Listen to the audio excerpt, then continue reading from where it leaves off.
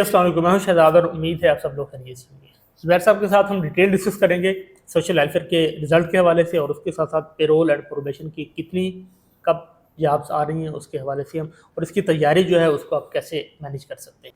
आज डॉक्टर शहजाद साहब मेरे साथ मौजूद हैं और इंशाल्लाह आज हम बात करेंगे जो सोशल वेलफेयर ऑफिसर का पेपर हुआ था कि उसका रिज़ल्ट कब तक एक्सपेक्टेड है और दूसरा क्योंकि उसकी सीट्स में भी इजाफा हो गया है और उसके ऊपर हमने ऑलरेडी बात की हुई थी। और उसके साथ साथ जो पेरोल एंड प्रोबेशन ऑफिसर की रिक्विजिशन है वो कब तक पब्लिक सर्विस कमीशन को जाएगी, क्योंकि पहले जब मैंने वीडियो बनाई थी तो उसमें मैंने कहा था कि शायद चली गई है, लेकिन बाद में जब मतलब करेक्शन हुई थी तो वो जब पूछा था तो उन्होंने कहा अभी तक नहीं गई। तो इसके ऊपर सर इंशाल्लाह अभी हम बात करेंगे पेरोल एंड प्रोबेशन की 81 पोस्ट के ऊपर। लेकिन उससे पहले जो इम्पोर्टेंट अनाउंसमेंट है वो ये है कि हम इंशाल्लाह पेरोल एंड प्रोबेशन ऑफिसर की प्रिपरेशन का जो सेशन है जो हमारा इस मंडे से शुरू होना था वो ड्यू टू सम रीजंस हम कमिंग मंडे जो आ रहा है, मैं मीन 2 तारीख बनेगी, 2 अगस्त से हम इंशाल्लाह शुरू करेंगे, 2 सितंबर से शुरू करेंगे। उसमें 2 ग्रेट मेंटोर्स होंगे। एक हमारे तकरीबन जितने भी देखने वाले हैं हमारे सोशल वर्क के ग्रेजुएट्स वो जानते हैं, हमारे एक Punjab university social work department के प्रोफेसर हैं डॉक्टर मोहम्मद अरशद अब्बासी साहब, मतलब one of the great mentor. सही, ठीक है, वो हमारे साथ जुड़ेंगे जो पर्टिकुलरली जो सोशल वर्क का जो सिलेबस है उसके ऊपर सर से हमने रिक्वेस्ट की है, वो इंशाल्लाह उसको करेंगे। और दूसरे जो ग्रेट मेंटोर हैं वो डेफिनेटली मेरे साथ बैठे हुए हैं for sociology, doctor Mohammad Shahzad sahab. ठीक है, तो इंशाल्लाह ये हम 2 तारीख से सर शुरू करेंगे, 2 सितंबर से। और सर क्योंकि सर की जो अवेलेबिलिटी है वो वीकेंड पे सर इज़ वेरी कन्वीनियंट कि मेरे वीकेंड पे क्लासेस रखी जाएँ। तो जुम्मा हफ्ता इतवार जो है वो हम देंगे अरशद साहब को देंगे और उसके अलावा टोटल क्योंकि 5 दिन क्लासेस होंगी तो कोई से 2 दिन जो होंगे वो सोशियोलॉजी के लिए वो आप उसमें रख सकेंगे, कर लेंगे मैंने इंशाल्लाह। ठीक है, तो ये हमारा 2 महीने का सेशन होगा इंशाल्लाह। तो ये टोटली ऑनलाइन होता है, तो इसकी 4000 रुपये सर फीस होगी और ये इंशाल्लाह हम 2 तारीख से शुरू करेंगे। सही। अब सर हम आ जाते हैं मुद्दे के ऊपर। ठीक है, सबसे पहले तो सोशल वेलफेयर ऑफिसर का तकरीबन 2100 लोगों ने उसके ऊपर अप्लाई किया था जो पहले सीट्स आई थी। पहले टोटल 26 सीट्स थी, उसमें फिर 10 सीटों का इजाफा हुआ और वो 36 सीट्स हो गई। कितने खुश नसीब हैं वो लोग जिन्होंने वो पेपर दिया और सीरियस होके दिया। ठीक है, और वो सीट्स भी अब इंक्रीज हो गई हैं और जब कंपटीशन का लेवल भी कम हो गया, उसकी वजह से कम हो गया है, तो अब डेफिनेटली ये मेरिट पर इम्पैक्ट आएगा क्योंकि 10 सीट्स के अगेंस्ट 50 मजीद लोगों ने शॉर्ट लिस्ट होना है। ठीक है, तो डेफिनेटली वो उन लोगों को फायदा होगा जो पहले पॉइंट्स 25.75 से रह रहे होंगे, अब वो ब्रैकेट के अंदर आ जाएंगे। तो इंशाल्लाह जब इसका रिजल्ट अनाउंस होगा तो इसका हम इंटरव्यू सेशन भी रखेंगे। वैसे बाय द वे कब तक इसका एक्सपेक्टेड है कि रिजल्ट अनाउंस हो जाए? ये सवाल तो मैंने आपसे पूछना था और आपने मुझसे पूछ लिया। अच्छा, इसके रिजल्ट के बारे में आज मालूम मैंने करने की कोशिश की है। तो रिजल्ट के ऊपर काम हो रहा है, यानी अभी फाइनल स्टेज पे नहीं, मतलब काम हो रहा है, ऐसा चलें आगे काम हो रहा है ऐसा चलें आगे काम हो रहा है। बट इंशाल्लाह मतलब सितंबर के 10 तारीख तक एक्सपेक्टेड है कि उससे पहले चले मेरी तरफ से आप 15 करते हैं, 15 तक चलें। मतलब ये है कि इंशाल्लाह सितंबर के जो फर्स्ट 2 वीक्स हैं वो बहुत सारे लोगों के लिए अच्छी खबर लेकर आएंगे कि वो हो जाएंगे। पहली बार पीआरए का भी रिजल्ट आने वाला है ना, पीआरए का भी आने वाला है, पीएमएस का भी आने वाला है, तो बहुत सारे रिजल्ट्स हैं जो सितंबर के शुरू में इंशाल्लाह आ जाएंगे। हाँ, लेकिन सबसे अच्छी बात पता ही क्या है इस दौरान, जो सबसे अच्छी बात थी, अभी मैं पेरोल एंड प्रोबेशन की सीट पे आता हूँ।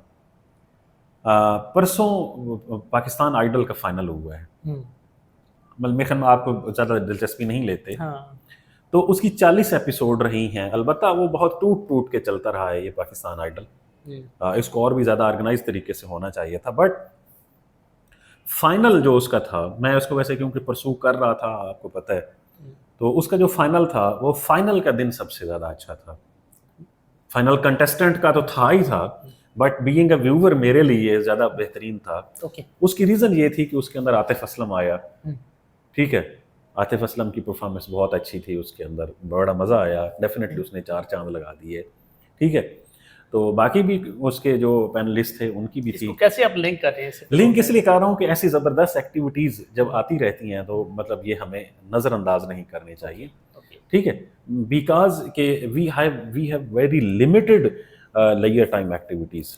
हाँ, हमारी प्रायोरिटीज में वॉक नहीं है, हमारी प्रायोरिटीज Yes. में खुशगपी नहीं है, हमारी Yes. प्रायोरिटीज में एक्सरसाइज कह लें या मोबाइल को छोड़ के हमने दोस्तों के साथ गपशप खाना शाना, हाँ वो जी। सारी चीजें अब नहीं रही। तो उसमें मतलब इस तरह की अगर कोई ऐसी चीज़, यूजुअली आप देखें तो मेरी प्लेलिस्ट के अंदर शायद वो पॉलिटिकल इंफॉर्मेशन ज़्यादा होती है, इस तरह की नहीं होती, बट इसको मैंने फॉलो किया हुआ था बाकायदा और मुझे तो खैर बड़ा मज़ा आया। आपकी तरफ से फिर वो हीरा कैसर को मुबारकबाद भी है। डेफिनेटली जो कंटेस्टेंट जो इतनी ज़्यादा मेहनत करके हैं वो तो हैं ही है ना, लायक तहसीन भी हैं और उन्हें मुबारक तो बनती है।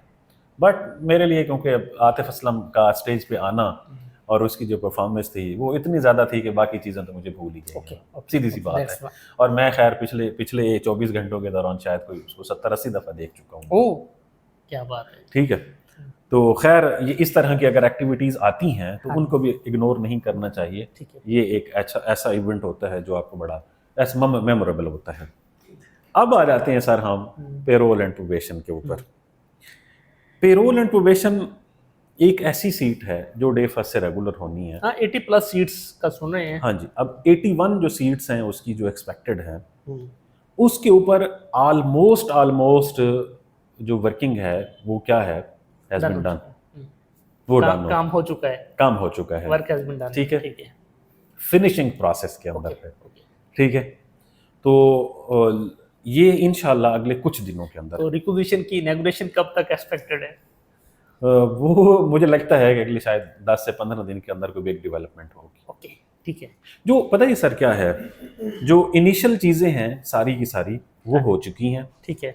अब ये एक ऐसी स्टेज होती है जिसके ऊपर कोई 2-4 ऐसे मतलब चीज़ें होती हैं जो डिस्कस हो रही होती हैं, उसको फिर वन स्वेयर पुश लगता है और वो फिर रिक्विजिशन चली जाती है। सर कल की वीडियो में हम लोग ना जो ADLE की अपडेट्स हैं उसके हवाले से भी बात करेंगे और उसके साथ साथ तहसील सपोर्ट्स ऑफिसर के हवाले से भी हम डिस्कस करेंगे, जो लेटेस्ट चीज़ें हमें इंफॉर्मेशन मिली है। ठीक है। अच्छा, अब ये जो सीट्स आएंगी इसके ऊपर social work, sociology, social welfare ये कहाँ पढ़ाया जाता है ये सब्जेक्ट? पता नहीं, कहीं पर पढ़ाया मैंने जाता वैसे होगा। कहीं किसी यूनिवर्सिटी में नहीं देखा। शायद ये कोई मतलब पहले वक्तों में इस तरह का कोई वो होगा ना, हो सकता है परी हिस्ट्री में ये हो। हाँ, क्योंकि ओवरऑल इसके सर्विस रूल्स तो बहुत पुराने हैं ना। वैसे इसके सर्विस रूल्स रिवाइज होने चाहिए। अब लाइक जैसे जेंडर स्टडीज है, जेंडर स्टडीज, एंथ्रोपोलॉजी। सर इसके सर्विस रूल्स रिवाइज हुए होंगे जब ये 16 से 17 में ये गई है? नहीं, सर्विस रूल्स तब्दील नहीं हुए ना, वो तो सीट अपग्रेड हुई है। अच्छा, हाँ जी, वो और चीज़ है।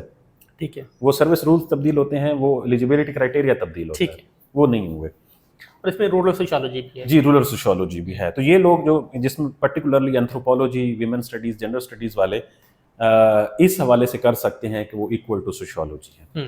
और लास्ट टाइम भी जो वो उस लेटर का सहारा ले सकती हैं जो HEC ने लेक्चरशिप के लिए निकाला हुआ भी था। पिछली दफा शरीफ का इंटरव्यू भी हुआ था। हाँ जी, तो इसलिए वो रिकमेंड नहीं हो सका, तो वो और बात है। अदरवाइज शरीफ का इसमें इंटरव्यू भी हुआ था और उसको महकमे ने QEDC ने क्लियर भी किया था। ठीक है, और उसका जेंडर स्टडीज है। जेंडर स्टडीज है उसका, तो इसलिए ये जेंडर स्टडीज वाले भी कर सकते हैं। अब इसका वन पेपर होगा और प्योरली किस बेस पर होगा? सब्जेक्ट रिलेटेड सवालात होंगे। 100% जो है क्वालिफिकेशन 100% क्वालिफिकेशन। ये तो आपने बताया नहीं है कि ये रेगुलर जॉब है, ये फर्स्ट टाइम डायरेक्टली 17 की अनाउंस हो रही है, क्योंकि लास्ट टाइम ये अनाउंस 16 की हुई थी। हाँ जी। और जब इनका रिजल्ट आया था तब तक ये 17 की हो चुकी थी। हाँ, ये भी ठीक है। ये 17 की जॉब होगी, डे फर्स्ट से रेगुलर होगी। और ये पहली दफा ग्रेड 17 में रेगुलर मतलब एज आ रही है, क्योंकि पहले पिछली दफा आपने सही तस्दीक की है कि वो 16 में आई थी और जब लोग रिक्रूट हो गए थे तो ये 17 में चली गई थी। अब लोगों ने अप्लाई 16 के लिए किया था और लोगों की रिकमेंडेशन 17 के लिए हुई थी। ये बड़ा मजेदार। राइट नो रेगुलर जॉब्स क्योंकि बहुत कम आ रही है ना, तो उनमें से इस तरह की जॉब निकल के आना, फिर पर्टिकुलर सब्जेक्ट्स होना उसके लिए, हमारे लिए सोशल साइंसेज की होना, तो ये बड़ी ज़रूरी चीज़ है। तो ये एक अच्छी आने वाले दिनों के अंदर अपॉर्चुनिटी है, पहली बात। दूसरी बात, जो पेरोल एंड प्रोबेशन ऑफिसर्स हैं जो एज अ पेरोल काम करते हैं या एज अ प्रोबेशन ऑफिसर्स काम करते हैं, किसी भी ऑर्गेनाइजेशन के अंदर सबसे अच्छी चीज़ होती है प्लेस ऑफ पोस्टिंग। हाँ जी। इनकी प्लेस ऑफ पोस्टिंग घरों में हो सकती है तमाम डिस्ट्रिक्ट्स के अंदर। हम्म, जब 81 सीट्स डिस्ट्रिक्ट में। हैं, इसका मतलब ये है कि तमाम ज़िलों के अंदर कहीं ना कहीं पर सीट एक आध दो निकल आएगी ऐसे ही है। और वहाँ पर वो लोग पोस्ट हो सकते हाँ, हैं। ये है कि जो बिग सिटीज हैं, जिस तरह लाहौर है, पिंडी है, फैसल, यहाँ पे शायद सीट्स अवेलेबल ना हो, हाँ, या हो सकता है जैसे वेकेंट ना हो, छोटे जिलों में होंगे। छोटे जिलों में तो आपको पहली बात। दूसरी बात, payroll and probation right now बड़ा एक्टिव मतलब रोल प्ले कर रहा है होम डिपार्टमेंट के अंदर। अगर आप उनकी विजिबिलिटी बहुत ज़्यादा हो रही है। ट्रेनिंग्स में काफ़ी सारे लोग इवन के अमेरिका भी गए हैं, अभी उनका कोई एक वफद गया है डीजी के साथ, तो काफ़ी सारे पेरोल ऑफिसर प्रोबेशन ऑफिसर्स जो हैं उनके साथ उस वफद में एज अ ट्रेनिंग गए हैं। तो मीन वो इसके ऊपर थोड़ा सा एग्रेसिवली काम कर रहे हैं, पहली बात। दूसरी बात, जो उसके साथ अलाइन है, क्योंकि इनमें से कुछ लोग जो जेल के अंदर मतलब काम करते हैं, उसके ऊपर जब उनकी मतलब इंटीग्रेट करते हैं जेल डिपार्टमेंट की इस्लाहात के साथ, तो जब इनके रोल को मिलाकर पढ़ते हैं तो इनकी और भी ज़्यादा बेहतर तरीके से ड्यूटी बन जाती है, जो कि बड़ी बेहतर विजिबिलिटी होती है। पहली बात। दूसरी बात ये है कि ये इसलिए ही भी ज़रूरी है क्योंकि हमारे पास और कोई नौकरी नहीं है। ऐसी ही है। ठीक है, जब हमारे पास नौकरी नहीं है तो फिर हमें इसके लिए जान मारनी चाहिए। फिर अब आखिरी बात पर आते हैं। उसके अलावा ठंडा मीठा सा काम है इनका। हाँ, मतलब ऐसा कोई नहीं है कि मतलब तुसा सवेरे जनाब अपनी रोटी बद्धो रोटी बाद के खेतना चले वनो तो उत्थां जनाब तुसा सारा डी को पानी या कई कुहाड़ियां चलाउणियां, मतलब ये काम भी कोई नहीं इस दे विच। ये एक मतलब वो काम है जो डिसेंट काम है। ऐसे ही है। अच्छा, तो आप दरमियान फिर मुझे सराकी पे ले आते हैं। ठीक है। अच्छा, अब आखिर पे आ जाते हैं कि हम इसकी तैयारी कैसे कर सकते हैं। वो एक लतीफ़ा बनाया था यूनिवर्सिटी में, किसी मेल ने फीमेल से पूछा तो उसने सराकी में, उसने कहा को। तो अब आप सराकी खुद शुरू कर लेते हैं, फिर इल्ज़ाम मुझ पे ले आते हैं। मिठड़ी बोली है ना सर। ठीक है। अच्छा, वैसे भी सर जेड़ी जज्बातियत है ना, जज्बातियत उसका बेहतर तरीके दे नाल एक्सप्रेशन जेड़ा है मदर लैंग्वेज वो मदर लैंग्वेज तुम कर सकते हो। सीधा को जिस तरह से गालां कढ़नी होंदियां ने, हाँ, उस टाइम से पंजाबी शुरू हो जाते हैं। नहीं मतलब सराकी दे विच तुसां दूजे बंदे नूं ये भी आखना होवे अगर कि मतलब यार तू बादशाह है, ठीक है, मतलब लफ्ज़ दा इस्तेमाल तुसां देखोगे यार है। सही। अब आ जाते हैं सर इसकी तैयारी कैसे करनी है। हाँ जी। अब social work and sociology main subject और साथ में रूरल सोशियोलॉजी। अब सबसे पहले तो हम डिस्कस करते हैं सोशियोलॉजी को। सोशियोलॉजी के लिए इसमें हमारे पास अजीज साहब की जो किताब है इंट्रोडक्शन टू सोशियोलॉजी वो काम आ सकती है। हाँ जी। या सोशियोलॉजी की और भी कोई किताब किसी के पास भी मौजूद है, ठीक है, वो उससे पढ़ें और उससे वो कवर कर सकते हैं। इसमें हम इंशाल्लाह ना अपनी बुक भी शेयर करेंगे लोगों के साथ ना। अच्छा, पहली बात। दूसरी बात जो है, इसके ऊपर एक बुकलेट जो है वो मैंने खुद भी कंपाइल किया हुआ है। ठीक है। जिसमें सोशल वर्क के सवाल आते हैं, सोशियोलॉजी के हैं, ठीक है, एंथ्रो के भी हैं, मीन रूरल सोशियोलॉजी के भी हैं। मैं नीचे डिस्क्रिप्शन में नंबर दे दूंगा, अगर किसी बंदे को वो बुकलेट भी चाहिए होगा वो भी उसे मिल जाएगा। अब हम आ जाते हैं सर सोशल वर्क के ऊपर। हाँ जी। डॉक्टर मोहम्मद खालिद की जो किताब है social work theory and practice के नाम से, उसकी बाइबल है। वो बाइबल इसलिए है कि क्योंकि और किसी ने मेहनत ही नहीं की, सीधी सी बात है, इंक्लूडिंग मी। बहुत पुरानी बुक लिखी हाँ, इंक्लूडिंग मी। ठीक है, किसी बंदे ने भी उसके ऊपर काम नहीं किया। बनता तो था ना कि यूनिवर्सिटीज़ के इतने माशाल्लाह बड़े बड़े हमारे प्रोफेसर्स हैं, वो सिलेबस को रिवाइज करते और खुद सिलेबस की मतलब as per the modern needs latest जो चीज़ें हैं वो उसके अंदर ऐड करते हैं, बट नहीं हुई। तो हम ये फिर कह सकते हैं कि जो डॉक्टर खालिद की किताब है उसमें सिर्फ पर्टिकुलरली जो 5 हिस्से हैं या 5-6 चैप्टर हैं ना, वो बड़े इंपॉर्टेंट हैं। ठीक है। सोशल वर्क के जो प्राइमरी मेथड्स हैं जिसमें case work, group work and community development, ठीक है, ये 3 चैप्टर उसके बहुत इंपॉर्टेंट हैं, पार्ट 1 के अंदर आते हैं। ठीक है। एक उसका पेज नंबर 240 या 244 के ऊपर है, वो है कम्युनिटी ऑर्गेनाइजेशन के नाम से, वो भी बहुत अच्छा है, वो भी ज़रूर पढ़ना चाहिए। फिर उसके साथ जो हमारे पास सबसे इंपॉर्टेंट चीज़ है वो है लेजिस्लेशन। ये पर्टिकुलर लेजिस्लेशन है चाइल्ड्स के हवाले से, ऑफेंडर्स के हवाले से, जो पेरोल एंड प्रोबेशन में काम आती है। वेलफेयर रिलेटेड जितने वेलफेयर रिलेटेड जो लेजिस्लेशन है वो भी उसके अंदर मौजूद है, मतलब डॉक्टर खालिद की किताब के अंदर, जो कि बहुत इफेक्टिव है नए पढ़ने वाले के लिए। अब इसमें कुछ ऐसे एमसीक्यूज की भी बुक्स हैं। एमसीक्यूज की बुक में टेस्ट योर सोशियोलॉजी एक अच्छी किताब है, अजीज़ साहब की जो किताब है, अजीज़ तगा साहब की, और मंसूर शाह साहब की जो वो ग्लॉसरी ऑफ सोशल वर्क है। अगर छोटी छोटी सी हेडिंग की सूरत में बेहतरीन किस्म का लिटरेचर पढ़ना है तो वो भी एक अच्छी किताब है। ठीक है, अब उसकी अवेलेबिलिटी का मुझे नहीं पता कि लाहौर में या कहाँ पर अवेलेबल है या नहीं है, बट वो भी एक अच्छी किताब है। तो उसके अलावा है आखिरी चीज़ है rural sociology. Again rural sociology के ऊपर कोई रेडीमेड मटेरियल मौजूद नहीं है, इसको आपको सर्च करना पड़ता है। हाँ, इसको आपको सर्च करना पड़ता है मुख्तलिफ वेबसाइट से। जब भी हमारा एग्जामिनर रूरल सोशियोलॉजी के हवाले से हेल्प लेता है, वो सर्च करता है ऑनलाइन सोर्सेज। सारे के सारे ऑनलाइन सोर्सेज रूरल सोशियोलॉजी के लिंक करते हैं हमारे पड़ोसी मुल्क इंडिया से, क्योंकि वहां पर रूरल सोशियोलॉजी के ऊपर काम होता है। और वहां पर जो एमसीक्यूज भी आए हुए होते हैं वो भी उस पर्सपेक्टिव में आए हुए होते हैं। और एज इट इज जो हमारे पास सवालात रिफ्लेक्ट होते हैं वो अभी आप सोशल वेलफेयर के पेपर में देखें, जो रूरल सोशियोलॉजी के सवालात थे वो इसी तरह जो इंडियन मुख्तलिफ वेबसाइट्स हैं वहीं से लिए गए थे। ठीक है, तो इवन कि वो जो नानक शाही कैलेंडर है उसके बारे में भी वहाँ पर सवाल इजाफा आया हुआ था ITC, तो वो वहीं पर डिस्कस हुए हैं, सारे के सारे हमारे पास नहीं है।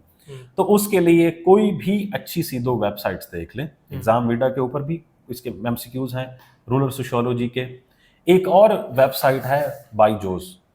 ठीक है, BYJOS। हाँ, ये इंडिया की जो टीम है ना क्रिकेट टीम, उसकी उस किट के ऊपर भी, हाँ उसकी किट के ऊपर है। वो बुनियादी तौर पर एक एजुकेशनल इंस्टीट्यूशन है, उसका है। उनकी जो ऑफिशियल वेबसाइट है वहां पर भी रूरल सोशियोलॉजी के सवालात पड़े हुए हैं, वो भी बहुत अच्छे सवालात हैं। इस तरह एक आध और है, मेरे दिमाग से निकल गई है, मेरे एक दोस्त ने मुझे बताया था कि वो बहुत अच्छी है रूरल सोशियोलॉजी के हवाले से। तो यहाँ से आप तैयारी करें तो 100% तैयारी हो जाएगी। मेजर पोर्शन तो इन्हीं से मुतल्लिक होता है, लेकिन आपको जेंडर स्टडीज को, एंथ्रोपोलॉजी को भी देखना पड़ेगा लाजमी तौर पर। इसमें उनके साथ जो सबसे इम्पोर्टेंट रोल होगा ना, रिसर्च को हमने छोड़ दिया। रिसर्च तो है ही है ना लाला, उसके अंदर जो इम्पोर्टेंट कैरेक्टर है ना, जो किरदार अदा करेगा 5 से 7 सवालात का, वो होगा पेरोल एंड प्रोबेशन की इंफॉर्मेशन।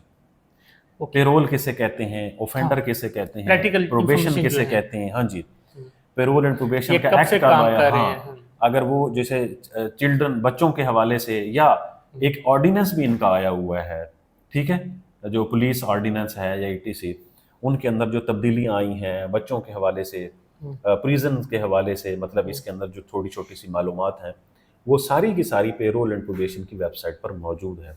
अगर वहाँ से इसको देख लिया जाए तो ये भी काफ़ी इफेक्टिव होता है। ओके।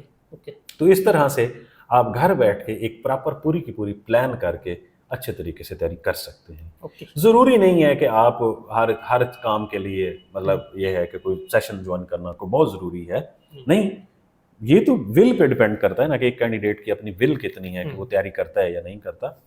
तो अगर एक कैंडिडेट ने ये तहिया कर लिया है कि उसने पास नहीं होना, तो फिर तो मेरे ख्याल में उसके घर वाले, हम सारे लोग मिलके, पूरा पाकिस्तान मिलके, ठीक है, ये कहे कि इसने पास होना है, जब उसने खुद तय कर लिया कि मैंने पास नहीं होना, उसके लिए तो मुश्किल है।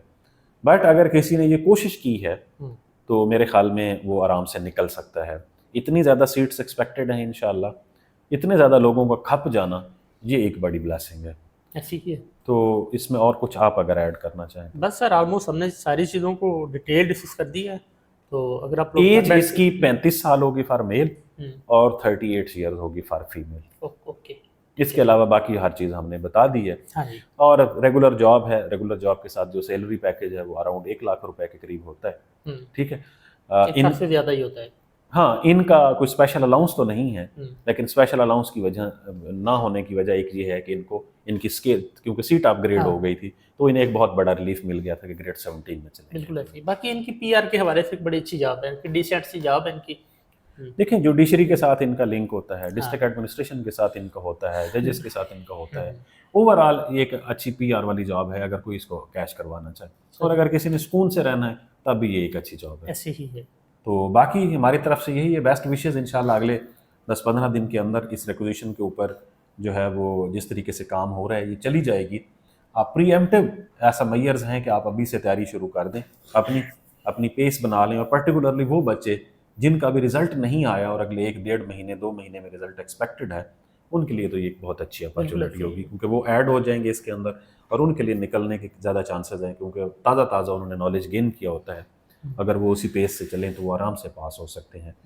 बाकी हमारे पास क्योंकि जॉब्स ज़रा स्क्वीज़ होती जा रही हैं as compare to the graduates जो यूनिवर्सिटी से निकल रहे हैं, तो सो इस स्क्वीज़ जो जॉब है इसके अंदर सिर्फ वही लोग कामयाब होंगे जो एक्स्ट्रा मेहनत करेंगे, जो अपनी एनर्जी का मुस्बत इस्तेमाल करेंगे। मेरे ख्याल में उन्हीं लोगों के लिए स्पेस बचेगी, बाकियों के लिए कुछ भी नहीं है। बिल्कुल ठीक है, तो सो आज से कोशिश करें, अपना टाइम टेबल बनाएं रैशनल किस्म का और पढ़ना शुरू करें। बहुत शुक्रिया।